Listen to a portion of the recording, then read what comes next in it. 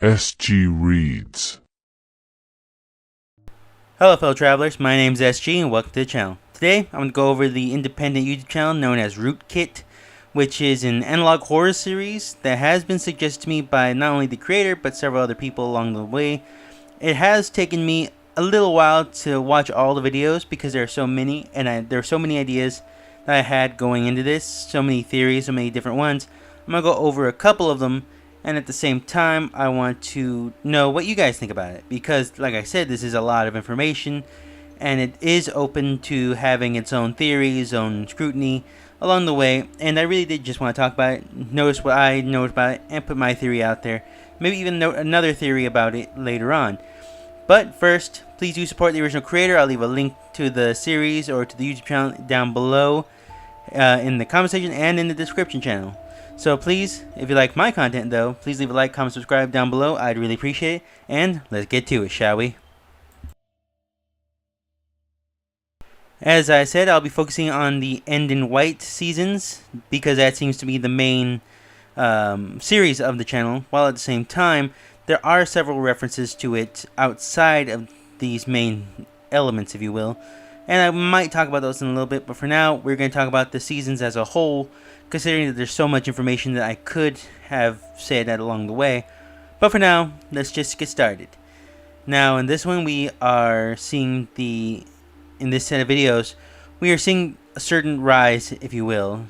White boxes are being delivered throughout the parts of the world, and they are transmitting a weird signal to cell phones, to anything with a radio signal really.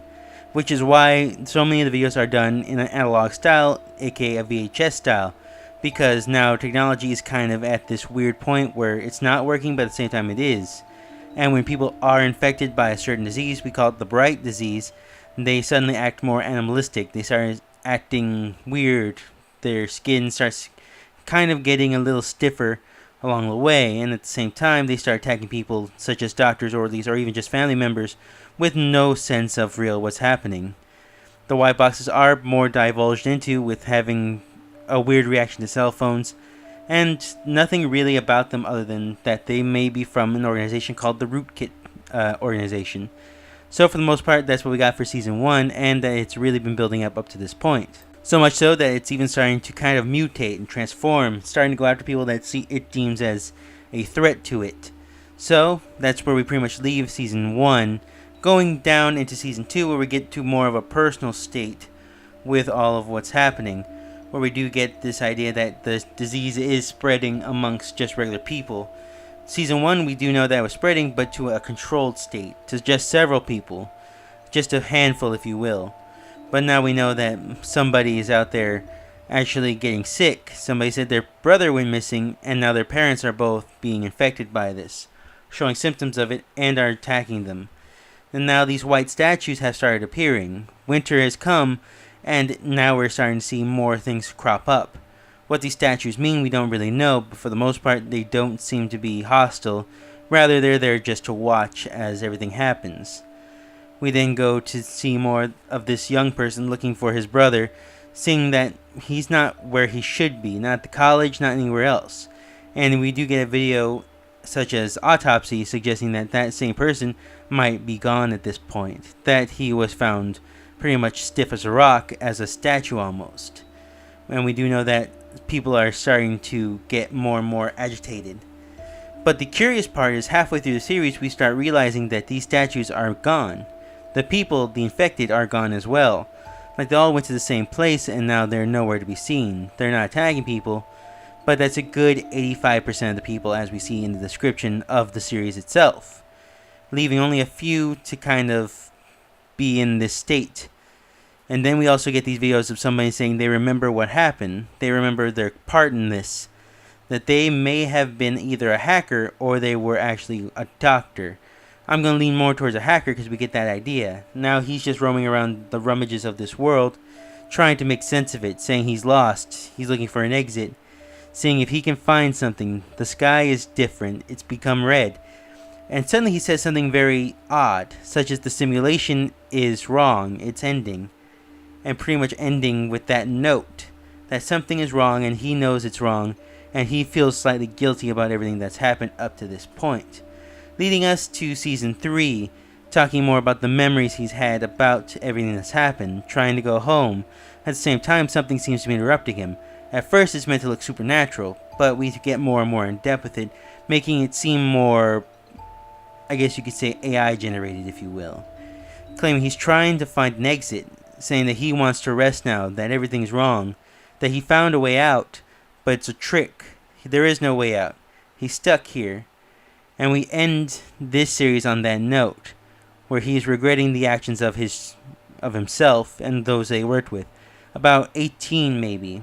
I want to say 13 because of a small clip we saw in one of the descriptions, but he keeps saying the 18. So for now we're going to say about 18 of them were involved in this, and that he is really the only one left, suffering in this world that he created. Or they created, most like. And for the most part, that's my rundown of the series. Like I said, this is just a brief summation of what I know. I do suggest going to check out the whole series, getting your own thoughts, seeing the codes, seeing the binary, and of course the number codes as well, and try to put it together yourself. This is as best as I can come up with, but I do suggest checking it out. And like I said, I'll leave a link to the description down below and in the comment section. Now, the common question that I usually answer at the very beginning of my videos is, who is the narrator? Well, Rootkit is the YouTube channel as itself, but my theory is that Rootkit in itself is just kind of a combination of anybody surviving, of all the survivors left, giving their accounts, saying what's happening. We get that from Season 2, that's pretty much what's happening with the young man looking for his brother, and talking about his parents being infected. He is just talking about the accounts that's happened. Season 1 seems to suggest the same thing, but using more news articles along with just maybe meds talking about certain people that have come in before with the same infections. And other channels such as Memories from 2000s and LB Park, other channels that, or other videos that have been in the series as a whole, seem to also suggest that this is what Rootkit the YouTube channel is about. Reporting on incidents caused by the corporation Rootkit, trying to bring this sort of shared experience and trying to pretty much find a way to either cure what's happening or to just identify what it is. So for the most part, Rootkit as a YouTube channel is more of a combined effort between everyone here. And I say half of Season 2 because the other half of Season 2 leading into Season 3 does kind of offer that same experience, just from a more personal state. And I'm going to talk about that right now, actually.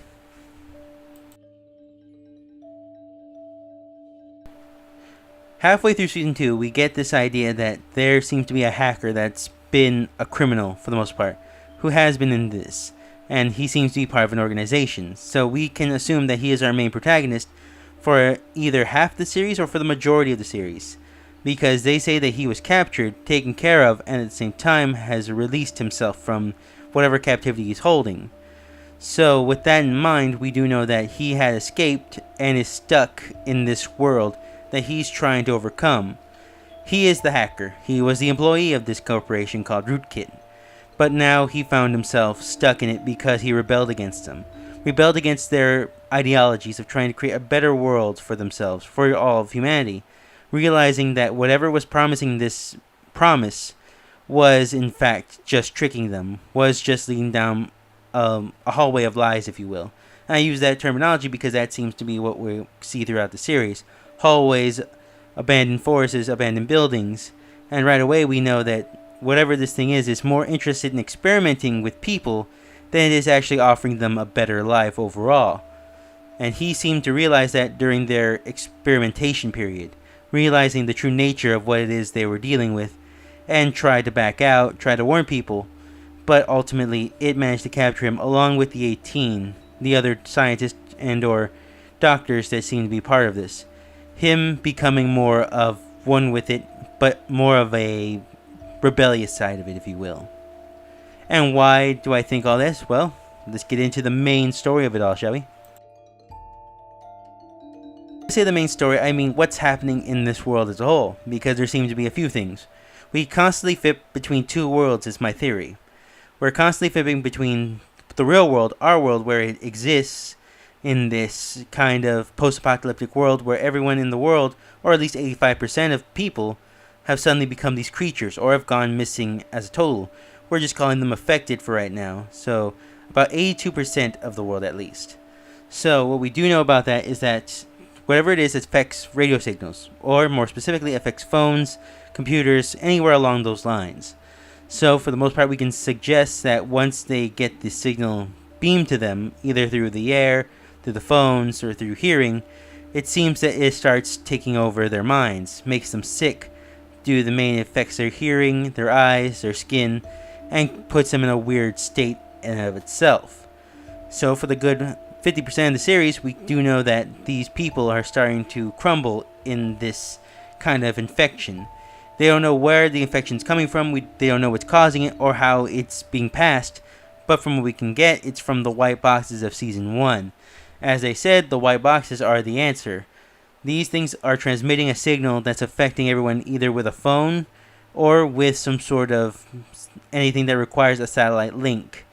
Because then again, the creature then says that it's glad that the satellite was able to boost this signal up, suggesting that it was making people sick on purpose, suggesting that this was the plan since the beginning, and this organization was willing to do it because it thought it would bring happiness to the people through pain and misery, but happiness at the very end of the day.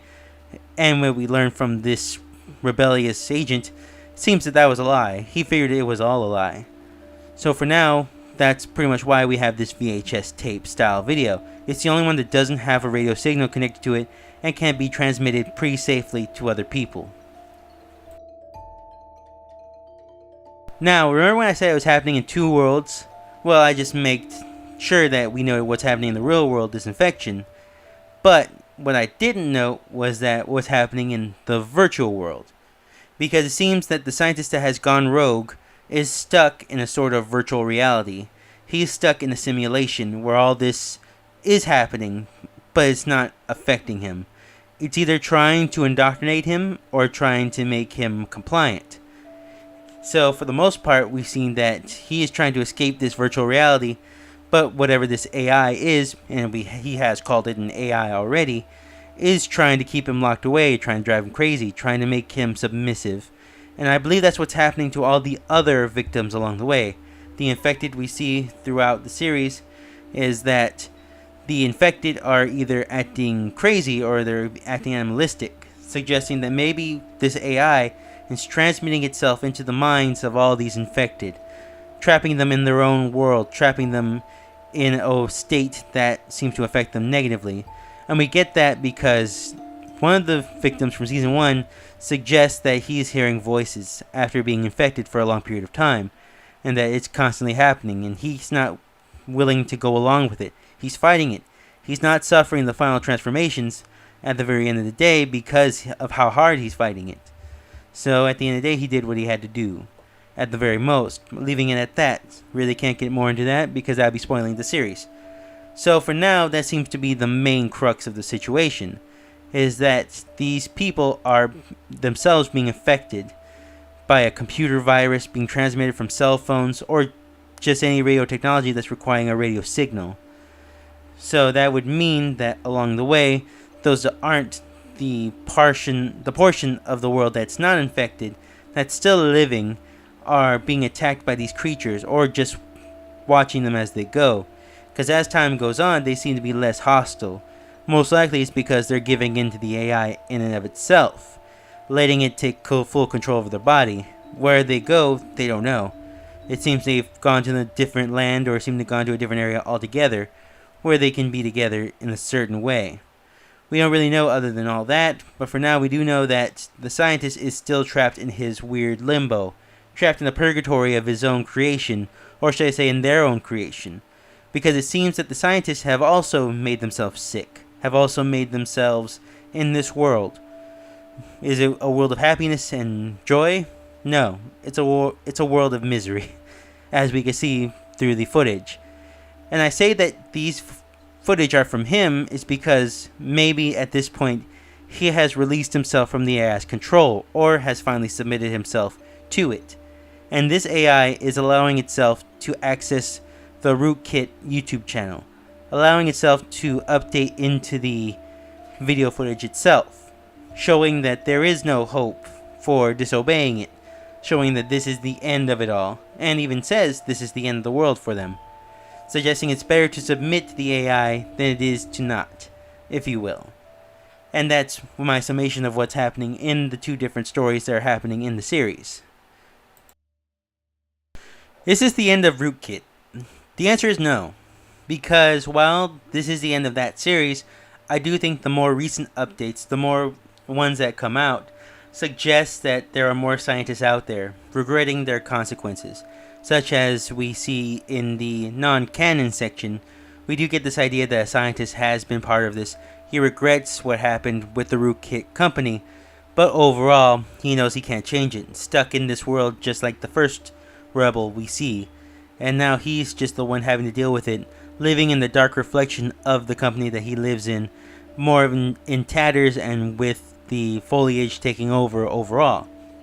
As for the rest of society, it seems like they're trying to go forward. These creatures are still seen around here and there, but for the most part they seem either non-hostile, or if they are hostile, they seem to be keeping themselves a distance from one another. It seems they don't want to fight with these creatures, and these creatures don't want to fight with them. But they're still making themselves present to the known public. And while there is a little less than 20% of the world population still alive, it seems that life is still moving forward, almost to an eerie degree. Could this all be a harbinger, if you will, of something bigger coming? Is this AI still out there? That is true, that is happening.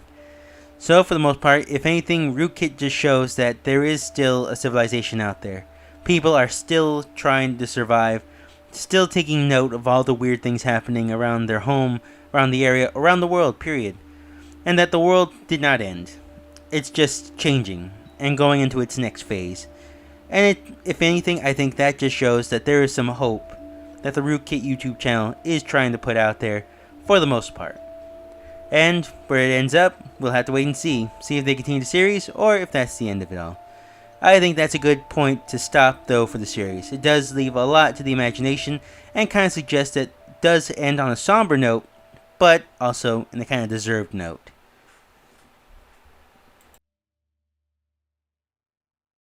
Alright, I hope you guys enjoyed this video. Like I said before, it took me a while to make, but that's because I wanted to get all my thoughts and processes out there, suggesting different things.